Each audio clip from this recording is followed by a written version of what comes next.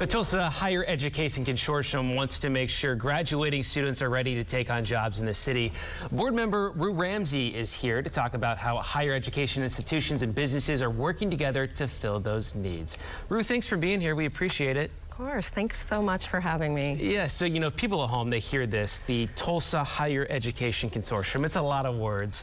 What is it? What do you guys do here in Tulsa?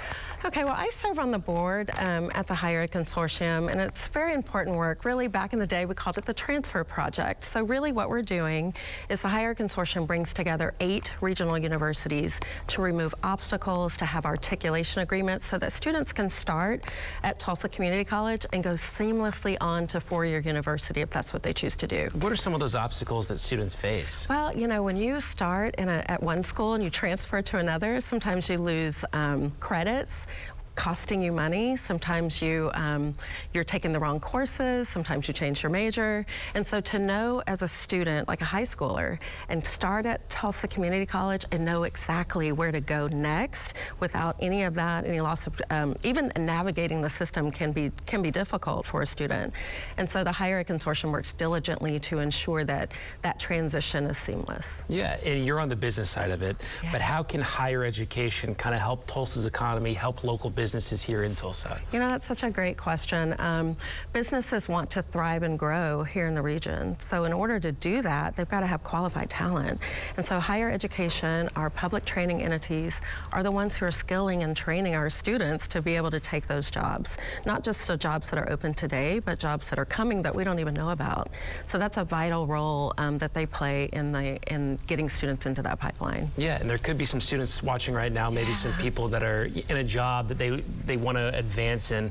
What are some ways that people can advance in their career through you guys? I would say if they're looking like they don't know what to do, right? Like what steps do I take to ensure that I'm ready to take on a better role or more pay? Or I would say that they would need to visit our website at higher education, TulsaHigherEd.com, and kind of understand what credentialing needs to happen. So they need to kind of look inwardly first and say, what are my skill sets, right? What have I done so far that I love, that I don't like, that, what gets me going? And then focus on the careers that do that so that they can find that pathway that's really gonna feed their own strengths. And then once they know that, they can go out to the website and take a look at all the programming, there's over 400 degree options right here in Tulsa that they could get started. So if a student is great at math, they love counting money, then maybe, accounting is for them.